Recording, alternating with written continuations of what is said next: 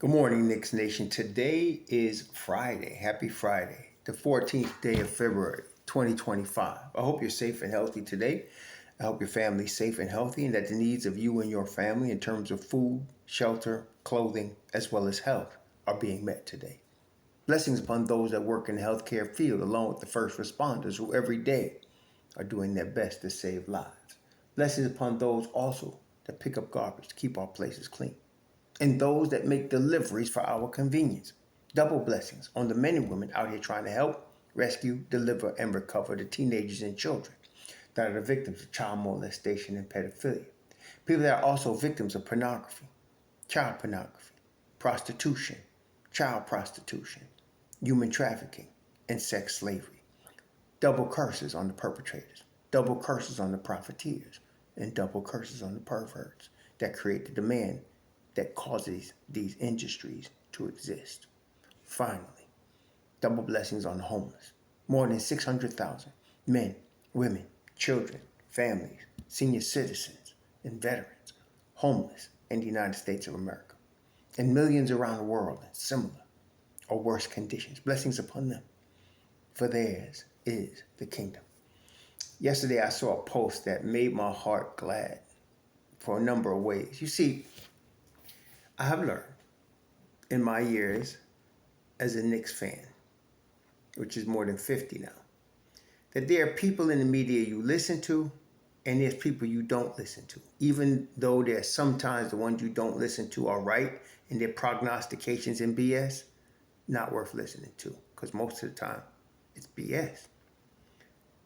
I mentioned Ian Begley, Wojnarowski when he was here. Now he's at St. Bonaventure, so he's no longer reporting on the NBA. And Shams. There's another guy, Clyde Frazier.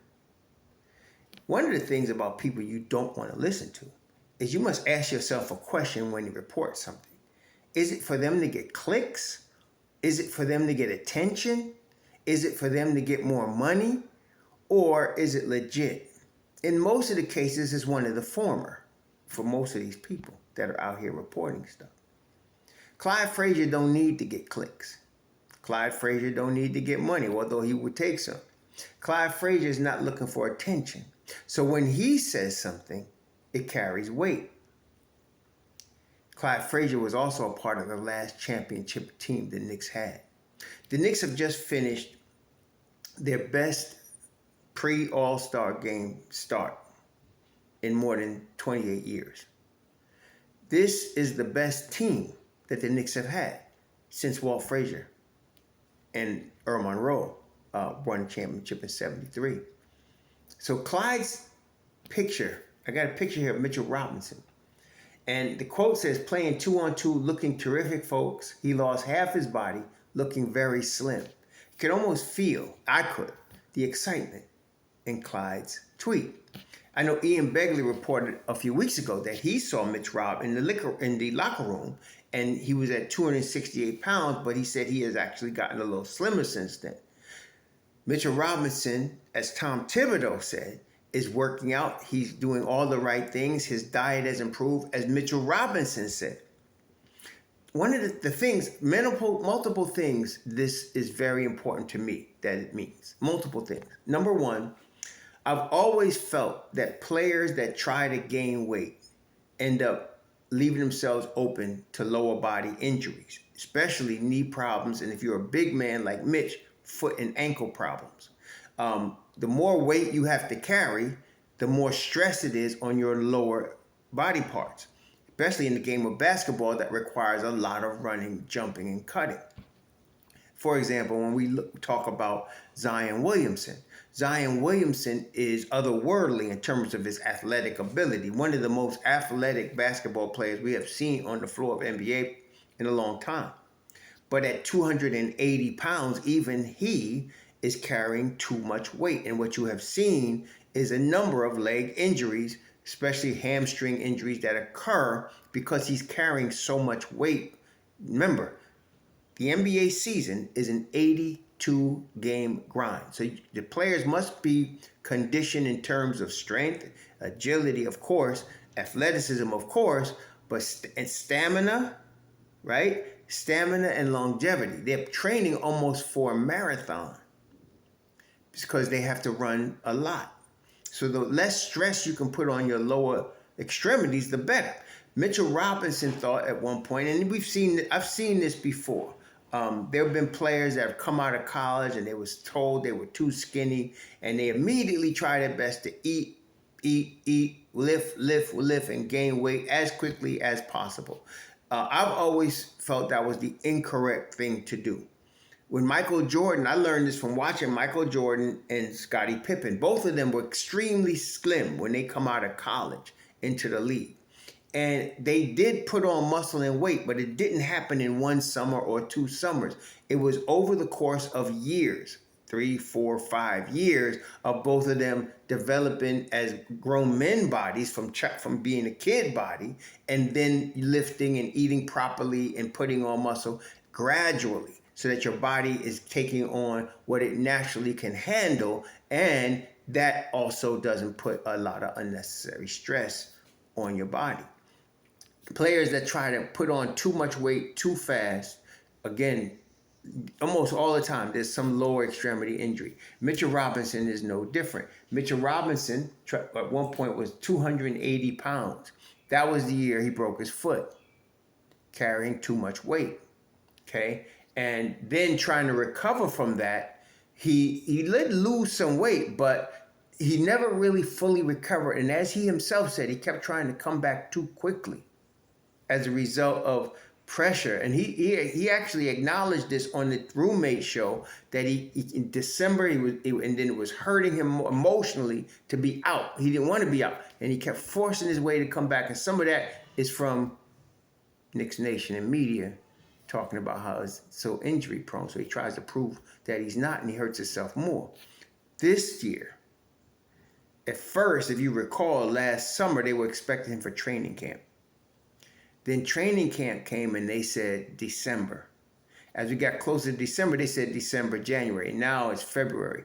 And all of that was to make sure that when he comes back, he's 100%. Because 100% Mitchell Robinson is a complete, I can't stress enough how much of a game changer that's going to be for the Knicks.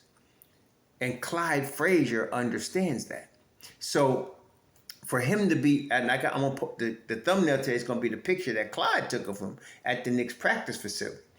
I haven't seen him this slim as a grown man since he's been in the league. I mean, like I said, when he first came out of high school and then went to the college, and he left the school to start training for the league. When he got drafted, he was very skinny. He had a boy's body, like he hadn't filled in as a man. Then he started overfilling in, right? All that catfish and whatever they eat down in Louisiana. He started getting too big, and now as a 26-year-old, he's still a young man, and he's learning nutrition, very important, and he's learning what he needs to take care of his body. And so what we're going to see with him he looks like he's about 260. For him to be at this type of weight, you're going to see the Mitchell Robinson that caught my eye, which was the guy I'll never forget. Blocks a shot at the rim, falls under the rim. Ball goes to the 3-point line, gets up from under the rim, gets to the 3-point line and blocks that shot too. That's what we're going to see. The athleticism, the speed, along with the length, and of course, to be an elite offensive rebounder, which he is. You not only need to be tall and athletic, which he is, but then again, Josh Hart is not tall and athletic, and he's an elite rebounder, but it takes timing. You have to have timing, and you have to understand where you are on the court in relation to where the ball is going to fall off the rim. Bill Russell used to talk about this. Bill Russell, probably between him and Wilt Chamberlain, the two greatest rebounders the NBA has ever seen. And what Bill Russell used to say, he used to study where his guys on his team would like to shoot the ball, and where in the percentages, the higher percentage where the ball would bounce when they were off, and try to be at that spot where he thought the ball would bounce when they were off. And obviously, there was playoff games where Russell would get 40 rebounds. So, and of course, we know the Celtics won 11 chips with him. Mitchell Robinson has that ability. He understands where the ball is going to be. He uses his 7-foot wingspan and his height and his athleticism to keep the ball alive and get offensive rebounds. This is going to be key for the Knicks coming down the stretch. So you're going to see an athletic Mitchell Robinson. This also means, he used to complain once in a while that he'd be running up and down the floor like he was on a treadmill and not touching the ball. And he might, I'm hoping they get him a couple of touches, but he's not out there to get touches. He's out there to guard the rim, to get rebounds, and to run the floor and make sure he's not beat down the floor by the opponent's 5 or anybody that he's guarding.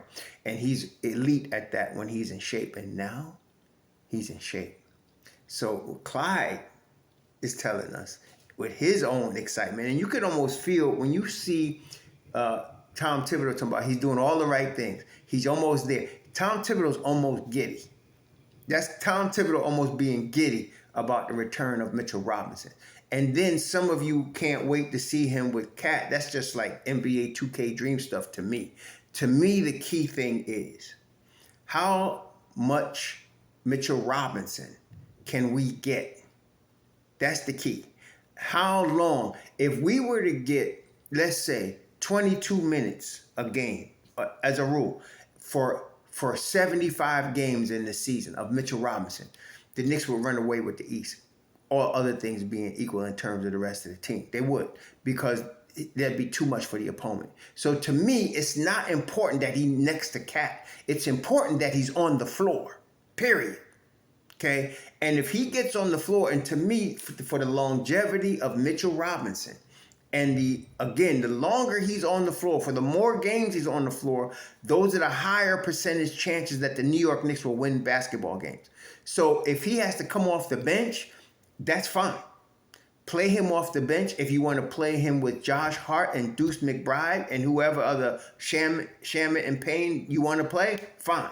If you want to play him off the bench with Precious Achiuwa and Deuce McBride, fine. Because whatever you get from him when he's on the floor being himself, it's going to be hell to pay for the opponents, okay? Whether he's on the floor with Cat for a few minutes or whether he's on the floor with Precious and Deuce or any combination, it almost doesn't matter. With this particular team, when you have an OG Anunoby and you got Mikal Bridges, the Wingstop crew, when you got a Deuce McBride who is not only an elite defender, but is now an elite three-point shooter, when you have that, and then you have Precious Achiuwa, who we have already talked about at age 25, still has definite upside.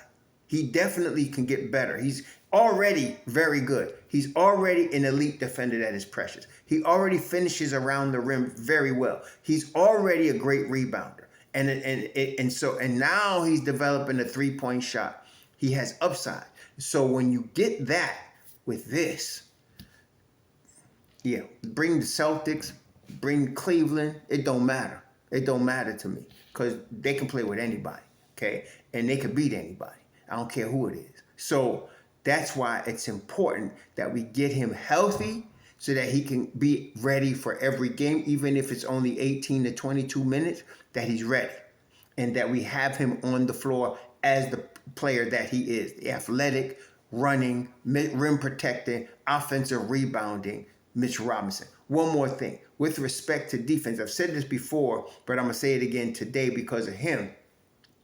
In the modern NBA, in the NBA of, say, the 1990s, even before that, all the way back when I first started watching the league in late 60s, early 70s, the league was mostly physical. You had to have great athleticism, but physicality was extremely important so that when you come in the league, you got to get strong. That's why I was talking about Pippen and Jordan. Over the course of time, both of them developed strength. Pippen didn't get a whole bunch of weight in terms of bulk, but his body got stronger. There's a difference when your body gets stronger and when you're just getting bigger. Sometimes just getting bigger, well, a lot of times that ain't good enough. Trying to get the bodybuilder thing ain't going to work in the NBA. But keeping your body slim while getting stronger and making the tendons and the muscles around your joints stronger, that's important. That's what Pippen did. That's what Jordan did. So when you have to that kind of NBA, you need that to be able to survive because they used to attack you when you was weak.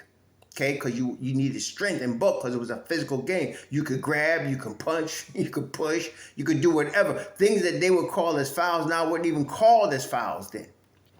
But in the era of Stephen Curry and the three-point shot and the Golden State Warriors, right, and the Splash Brothers, they started becoming less physical. And in order to play elite defense, it wasn't as much. You had to have the bulk. You had to have length, and you had to have quickness to cover ground. And that is why length became important when they started looking at 7-foot wingspans. Because if you got the length and you can cover ground, that's the game now. It's not bulk, it's speed on the defensive end of the floor. It's speed. One of the things that I love about LeBron James, for example, is he is cat quick and fast on the defensive end of the floor. Most people don't even recognize, don't even see it. I started noticing it when he was in Miami with Dwayne Wade, who was another guy that was extremely fast and quick on the defensive end, could cover floor very quickly. And that's why they could close gaps and get steals in gaps. That's the name of the game in the modern NBA. Speed, quickness, and length. Mitch Rob brings all that in spades, especially when he's in shape like this. So we're looking forward to seeing him. I hope we see him a week from today in Cleveland. That would be very good. That's the second night of a back-to-back. The Knicks have Chicago next Thursday at the Garden, and then they follow that up in Cleveland. I don't want to see Mitch at Chicago, but I do want to see him in Cleveland against them Cavaliers. And I am sure Evan Mobley and Jared Allen do not want to see him. Y'all enjoy your weekend. Enjoy the All-Star game if you're going to watch it or whatever. Be safe. Shalom.